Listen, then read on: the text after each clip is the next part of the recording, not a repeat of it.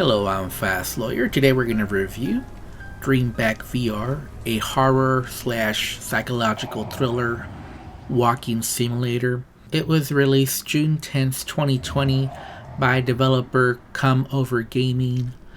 It's available for all the major VR headsets. I can also confirm it works perfectly fine on the Oculus Quest 2 using the Oculus Link. And it normally retails for $24.99 on the Steam store. However, I got it through Viveport Infinity. Now, it took me approximately 2.5 hours to complete this game, and I think that's a typical playthrough. I think it'll take most people 2 to 3 hours to complete this game. There is a little bit of a story here, but really this game involves a lot of walking in the dark with your flashlight that is running on batteries, and basically you just have to find the objects that you need to progress the story. So that's a lot of this gameplay. It really is a walking simulator. You do have full locomotion and snap turning. You can play seated, but room scale is recommended. Honestly, I had no issues at all playing this game seated. However, I will say the VR interactions in this game are pretty poor. Opening cabinet drawers, opening doors, all that just wasn't a smooth or polished experience. The walking speed was just a little bit too slow. I think some people may not have a problem with the walking speed in this game, but I like to be able to walk really fast or run. And the snap turning here, not the best. Could have used more options there. Now, you do have different graphical settings. So on my 1060 GTX, it was running fine. On medium, this is running on the Unreal Engine.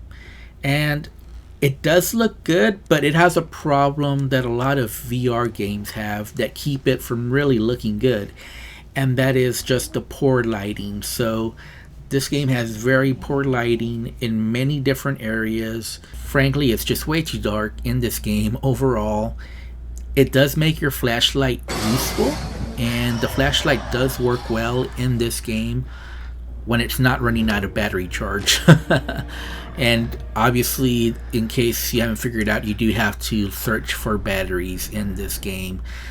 I've never really liked that mechanic in a video game, especially here when there's just so many batteries that you're looking for.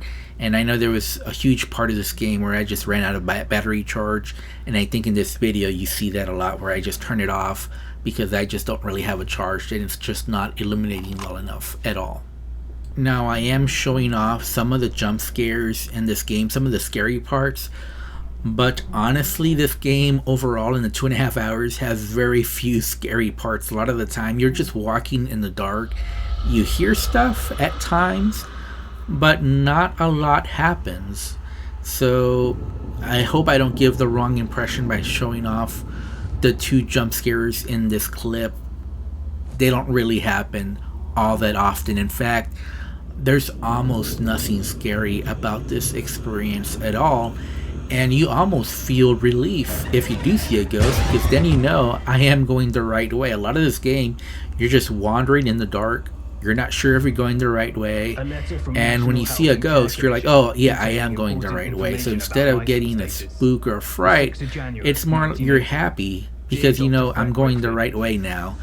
And that's really the only scary part about this game. It's just walking around in the dark seemingly forever. It's just not very fun gameplay here. And that brings me to probably the worst part about this experience, and that is the 3D models for the ghost. Honestly, they look more funny than scary.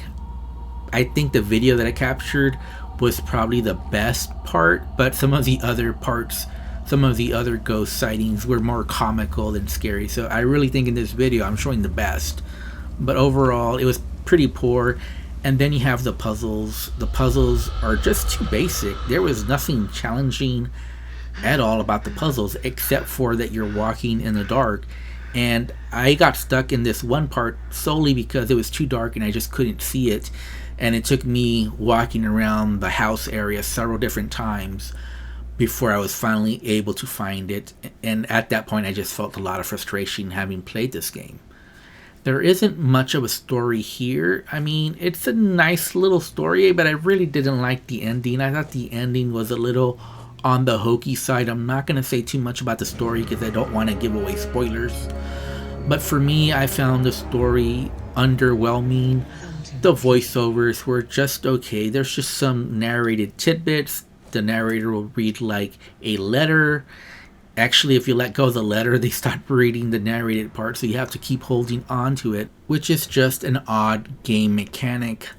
I just wish there was more depth to the story, more character development. I really think this story could have been good if it just had more meat to it. It just seems a little too paper thin to enjoy this story. Now, I did not experience any major bugs during my time in this game. However, there's just an overall clunkiness from the save system, which is one of the worst I have ever experienced in VR, to the inventory system where you just basically have to keep pressing the grab or grip button just to cycle through the inventory items in your hand. From opening doors or opening drawers, it's all just super clunky. However, there are some nice production values here. The visuals are nice when it's not too dark. There's a nice layout for the mansion. There's some nice atmosphere. And I did enjoy parts of the story. However, for $24.99, I would expect a more polished experience overall and a little bit more meat to the story and just some better puzzles. You know, walking simulators don't have to have completely dumb puzzles. So if I have to rate this, I'd give it a 5 out of 10. For me, it's just completely average, completely mediocre. However, there are definitely worse experiences in VR. I would recommend this only on deep sale, or if you have Viveport Infinity and you're interested in a horror walking simulator.